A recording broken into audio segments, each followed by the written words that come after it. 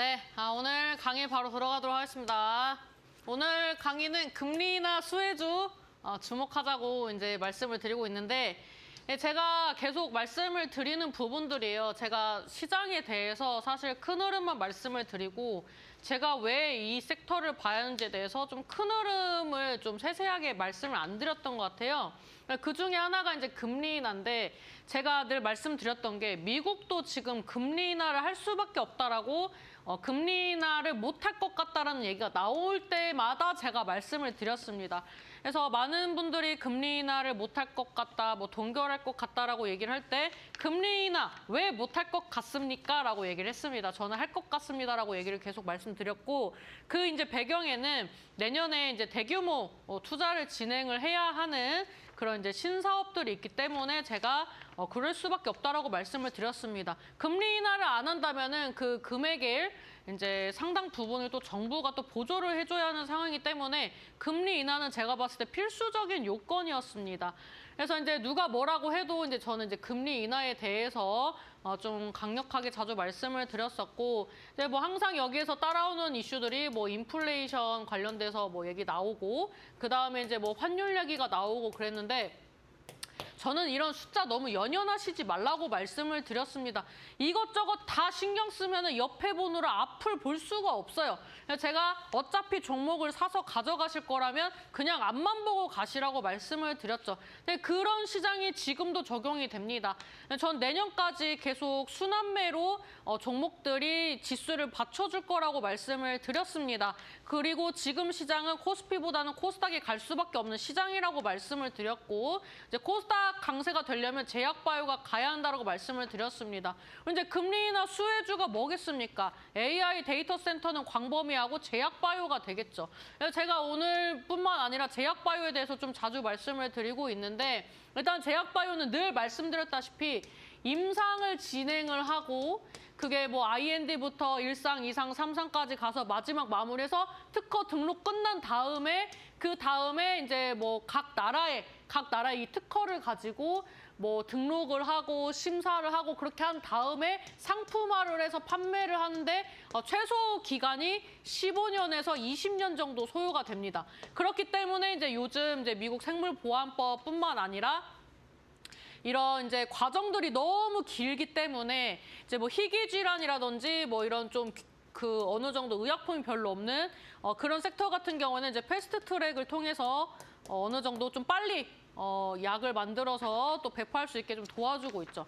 그렇기 때문에 이제 임상을 진행을 할 때 돈을 버는 것보다 미래를 보고 투자를 하는 게 더 많습니다. 그렇기 때문에 제약바이오가 대부분 어느 정도 실적이 좋기보다는 이제 다 빨간불이죠. 다 이제 적자를 보고 있는 그런 수순인데, 이제 금리 인하를 하게 되면은 이제 보유하고 있는 기술을 토대로 나는 이 기술을 이제 뭐 2상을 하고 있으면 3상을 위해서 얼마가 필요하다. 그래서 이제 이 기술을 담보로 이제 대출을 받거나 또 이런 이제 미래 가치를 보고 투자를 받는 그런 형국입니다. 그렇기 때문에 만약에 대출을 받거나 이제 금전적으로 투자를 받으려면은 아무래도 금리 인하가 수혜가 될 수밖에 없겠죠. 그래서 제가 여러모로 이제 금리 인하를 하게 되면은 제약바이오가 또 수혜를 볼 수 있기 때문에 제약바이오가 갈 수밖에 없는 시장이라고 이제 말씀을 드렸던 겁니다. 그래서 오늘 이제 종목들은 제가 그동안 이제 말씀드렸던 종목 중에서 여러분들이 보셔야 하는 그런 이제 키포인트를 좀 중점적으로 가지고 왔다라고 좀 보시면 좋을 것 같은데, 제가 이제 늘 말씀드렸던 게 이제 생물보안법. 이 생물보안법도 사실 일정주와 같습니다. 생물보안법도 이제 트럼프의 도장만 찍으면 끝나는 상황이었기 때문에 이 생물보안법 수혜주도 눈여겨보세요라고 말씀을 드렸고, 그다음에 우리나라 같은 경우에는 이제 첨생법 수혜주를 눈여겨보세요라고 말씀을 드렸는데, 사실 거의 일맥상통합니다. 이제 오늘 말씀드렸던 종목 중에 하나는 이제 생물보안법에 어떻게 보면 해당이 될 수 있는 종목이었죠. 이제 HLB 바이오 스텝이 그런 종목이었는데, 일단 지금 대체 임상이라든지 그다음에 뭐 여러 가지 이제 뭐 새로운 물질을 통해서 한다든지 이제 이런 이제 실험 과정들을 이제 간소화하고 그다음에 규제로 막혀 있었던 거 풀어주고 하면서 이제 제약바이오 시장도 이 해를 거듭할수록 저는 이제 좀 더 시장에서 좀 신뢰도를 얻어가면서 갈 수 있는 섹터로 변환할 수 있는 또 그런 중요한 시기라고 생각을 합니다. 그래서 이제 제약바이오가 지금은 실적이 좋지 않지만 우리가 올해 또 많은 것을 또 경험하지 않았습니까? 이제 뭐 기술 이전을 한다든지 뭐 갑자기 뭐 대규모 계약을 또 받아온다든지 이런 식으로 진행을 하면서 주가가 굉장히 뭐 수백 프로씩 올라가는 걸 또 봤기 때문에 그런 어떻게 보면은 무궁무진한 이제 섹터가 또 제약바이오다 이렇게 좀 말씀을 드릴 수가 있습니다. 제가 자주 말씀드려서 좀 굉장히 지루하실 수도 있지만 이런 자리들이 또 제약바이오에 있기 때문에 보셔야 합니다. 지금 이 종목을 보시면은 바이진셀도 굉장히 자주 말씀을 드렸는데 지금 상승하기 전까지는 어떻습니까? 주가 변동폭도 그렇게 많지 않고 오히려 이렇게 좀 우하향을 했었죠. 그리고 거래량을 보면 어때요? 거래량도 10만 주 언더로 많이 움직였습니다. 그러고 나서 이제 출발할 때 점상으로 쭉 올라가면서 이 종목이 3,000원대 종목이 16,000원까지 갔습니다. 몇 배 갔습니까? 5배 갔습니다. 근데 이렇게 뭐 무조건 5배 간다는 얘기는 아니지만 이런 바닥권에서 적어도 30~40%씩 올라갈 수 있는 그런 환경을 만든 게 지금 제약바이오다. 이 점을 좀 강조를 하고 싶은 겁니다. 그래서 여러분들이 이렇게 올랐던 자리들을 체크를 하시고 오르기 전에 어떤 파동이 나왔는지를 지속적으로 체크를 하셔야 다음 종목들이 이렇게 가겠구나, 이거보다 못 가도 조금 덜 가겠구나를 보실 수가 있어요. 그래서 보시는 눈을 키우셔야 합니다. 계속 공부하셔야 되고 보는 눈을 키워야 또 다음 달, 그다음에 내년을 또 풍성하게 채울 수 있기 때문에 이렇게 제가 알려드렸던 종목들 어떤 자리에서 말씀을 드렸고 또 어떻게 흘러가는지 지속적으로 보셔야 한다라고 좀 말씀을 드리고 있습니다. 그래서 제가 계속 올라갈 때마다 말씀을 드린 이유는 좀 바이진셀은 계속 갈 수 있다라고 말씀을 드렸어요. 그리고 이제 최고가까지 찍었는데 이렇게 올라가는 종목들을 계속 말씀드린 것도 지금 보는 차트와 어제 보는 차트와 저번 주에 봤던 차트가 계속 다르기 때문입니다. 그래서 이제 차트를 계속 보여드릴 때 여러분들이 설명과 함께 좀 진중하게 보셔라고 말씀드리도록 하겠고, 이제 LNC 바이오입니다. 이제 LNC 바이오도 이제 자주 설명을 드렸는데 제가 이 패턴을 계속 설명드리는 이유가 있어요. 이 패턴은 지금 로봇주에도 적용이 되고 있습니다. 로봇주 같은 경우에도 제가 최근에 이제 클로봇, 그다음에 이제 레인보우 로보틱스 신고가 갈 거라고 아까 낮에도 말씀드렸고 어제도 말씀드렸고 저번 주도 말씀드렸고 저저번 주도 말씀드렸습니다. 계속 빠질 때 이 종목이 빠질 때 사셔야 한다. 로봇주는 그 가격이 제가 저점이라고도 말씀을 드렸고 이 종목들 반등 나올 때 정확하게 제가 말씀드린 자리에서 반등 나왔습니다. 그래서 이제 이 로봇주들도 지금 굉장히 좋은 흐름이 나오고 이제 수급도 좋고 다 신고가 가는 자리입니다. 제가 신고가 갈 거라고 말씀드리고 지금 움직이고 있는데 이런 제약바이오나 로봇의 패턴들이 유사하게 흘러가고 있습니다.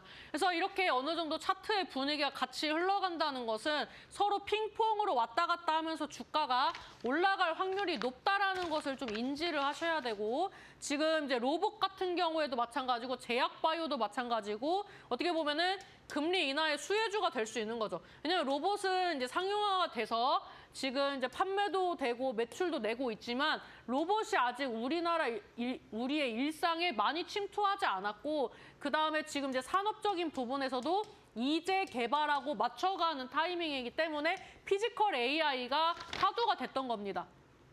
이게 로봇이 이제 소형 로봇 이 정도는 만들고 있는데 이제 대형 피지컬 AI 이제 전반적으로 혼자 다 할 수 있는 그런 로봇들, 대형 로봇들 이런 거를 이제 제작할 수 있는 회사는 생각보다 드물거든요. 그렇기 때문에 이 로봇 시장도 사실 노다지라고 말씀을 드리는 겁니다. 그래서 여기도 매출이 나고 있지만 앞으로의 매출이 더 커질 거고 계속 투자를 해야 하기 때문에 로봇 섹터도 금리나 수혜주라고 보시면 좋을 것 같습니다.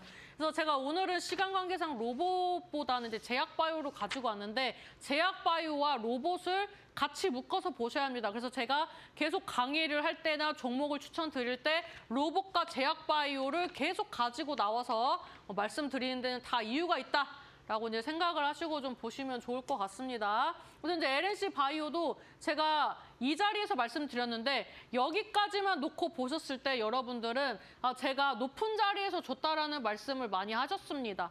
그러면서 지금 자리에서 뭐 10% 빠질 때도 있었어요. 근데 사실 그런 부분들은 제가 죄송합니다. 근데 저는 이렇게 큰 흐름을 보는 사람이지 자잘한 흐름을 보는 사람이 아니기 때문에 사실 제가 말씀드리고 이렇게 10% 빠지는 것까지는 제 계획에 없었어요. 근데 계획이 없었지만 빠졌을 때 뭐라고 말씀드렸습니까? 이 정도의 등락이 나온다면 배수로 좋은 상승이 나올 것이다라고 말씀을 드렸고 이 종목이 이제 15% 이상 이제 하락률이 나왔는데 상승폭은 몇 프로 나왔습니까? 30% 이상 나왔죠. 전고점 돌파 시도할 때.